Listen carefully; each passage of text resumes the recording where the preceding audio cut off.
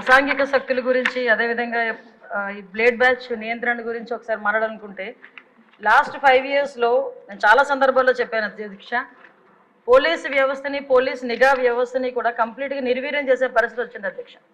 ఎందుకు ఈ మాట చెప్తున్నానంటే లాస్ట్ 5 yearsలోని కూడా అప్పుడు ముఖ్యమంత్రి జగన్మోహన్ రెడ్డి రోడ్డు మీదకి వస్తే పరదాలు కట్టడానికో బారికేడ్లు వేయడానికో లేకపోతే హౌస్ అరెస్టులు చేయడానికో వీటి మీద పెట్టిన దృష్టి అసాంఘిక శక్తుల్ని పట్టుకుందామని కానీ నేరస్తులను పట్టుకుందామని కానీ వాటిని పట్టుకునేడానికి ఉన్న సిస్టమ్ని కనీసం వాళ్ళు తిరిగి పునరుద్ధరించుకోవాలనే తపన కూడా లేకుండా మొత్తాన్ని నిర్వీర్యం చేసిన పరిస్థితి వచ్చింది అధ్యక్ష.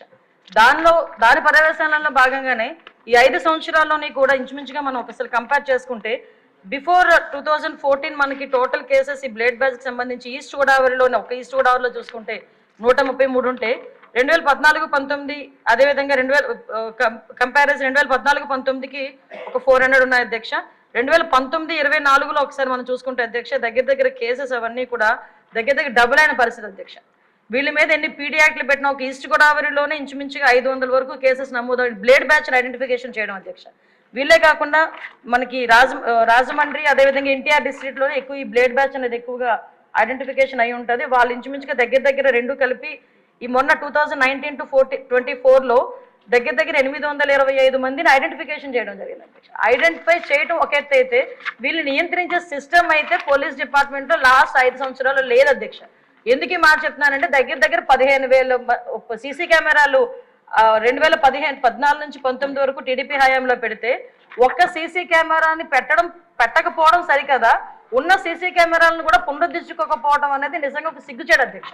ఎందుకంటే ఎక్కడికి అంటే మీలాంటి వాళ్ళు పెట్టేటప్పుడు సీసీ కెమెరాలు బాగా పనిచేస్తాయి సార్. అప్పుడు తీసేసి వీడియో తీశారు కదా సార్ మిమ్మల్ని చూపించడానికి, డైరెక్ట్ వీడియోలో చూపించుకున్నాడు. విషయం ఏంటంటే సీసీ కెమెరాలు తీసేయడం, సీసీ కెమెరాలు పునరుద్ధరించుకోకపోవడం ఒక ఎత్తు అయితే కనీసం మనం ఒక క్రిమినల్ని పట్టుకున్న తర్వాత అతని క్రిమినల్ బ్యాక్గ్రౌండ్ మనం చెక్ చేయడానికి automated finger print identification system అని చెప్పి అది కూడా చంద్రబాబు నాయుడు గారి హయాంలో మనం పెట్టడం జరిగింది. దాన్ని కూడా డబ్బులు కట్టగా దాన్ని కూడా కంప్లీట్గా నిర్వీర్యం చేసిన పరిస్థితి అధ్యక్ష. అవే కాకుండా మనకి ఇంతకు ముందు ఏదైనా ఈ బ్లేడ్ బ్యాచ్ కానీ ఎవరైనా అసాంఘిక శక్తులు ఎక్కడైనా ఊర్లను వెళితే ఆ హౌసెస్ దగ్గర కూడా మానిటరింగ్ చేసేవాళ్ళం అధ్యక్ష. ఇంచుమించుగా వాటికి సంబంధించి ఎల్హెచ్ఎంఎస్ అని చెప్పి దాని ద్వారా కూడా లాక్డ్ హౌసెస్ ఏదైతే ఉందో అక్కడ కూడా మానిటరింగ్ ఏర్పాటు చేసి అక్కడ సీసీ క్యామ్స్ ఏర్పాటు చేసుకుని వాళ్ళు వచ్చేటంత వరకు భద్రత కల్పించడం, అంటే మామూలు మైన్యూర్ లెవెల్ వరకు కూడా పోలీసింగ్ వెళ్ళి వాళ్ళు భద్రత కల్పించే పరిస్థితులు లాస్ట్ గవర్నమెంట్లో ఉండేది.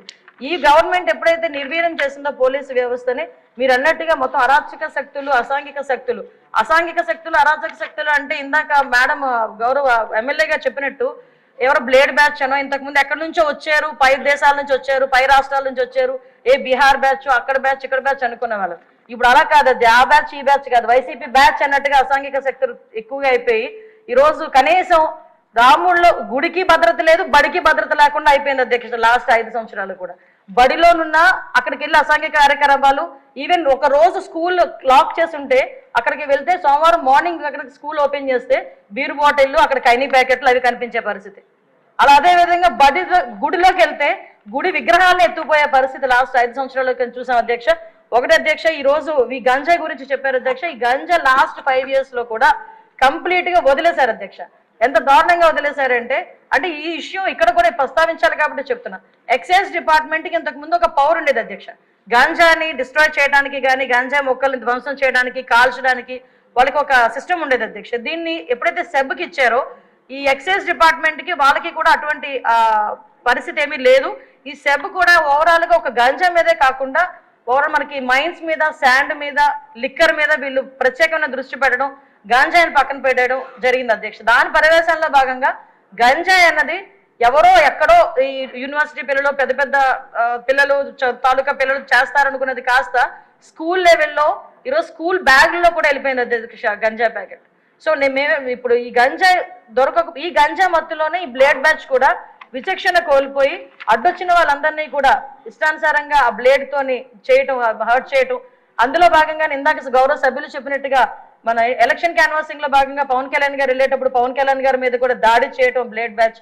అంటే వాళ్ళకు ఒక విచక్షణ కోల్పోయి ఇలాంటి వాళ్ళని హైయర్ చేసుకుంటారు అధ్యక్ష. కొన్ని రాజకీయ పార్టీలు అసాంఘిక శక్తుల్ని ఇలాంటి వాళ్ళని హైయర్ చేసుకుని గుంపుల్లో పంపించి కూడా ఇలాంటి పనులు కూడా చేస్తున్నారు అధ్యక్ష. వీళ్ళకి గంజాయి దొరకకపోతే వైట్నర్ స్మెల్ గట్టిగా తీసి దాంతో కూడా వాళ్ళు మద్దతు తెచ్చుకొని వాళ్ళు ఇలాంటి అసాంఘిక కార్యకలాపాలు అంటే అసాంఘిక కార్యకలాపాలు ఈజీ మనీ గురించి పిల్లలు పాడైపోతున్నారు, పిల్లలు దానికి అడిక్ట్ అయిపోతున్నారు అన్న విషయం అయితే మా దృష్టికి వచ్చింది అధ్యక్ష.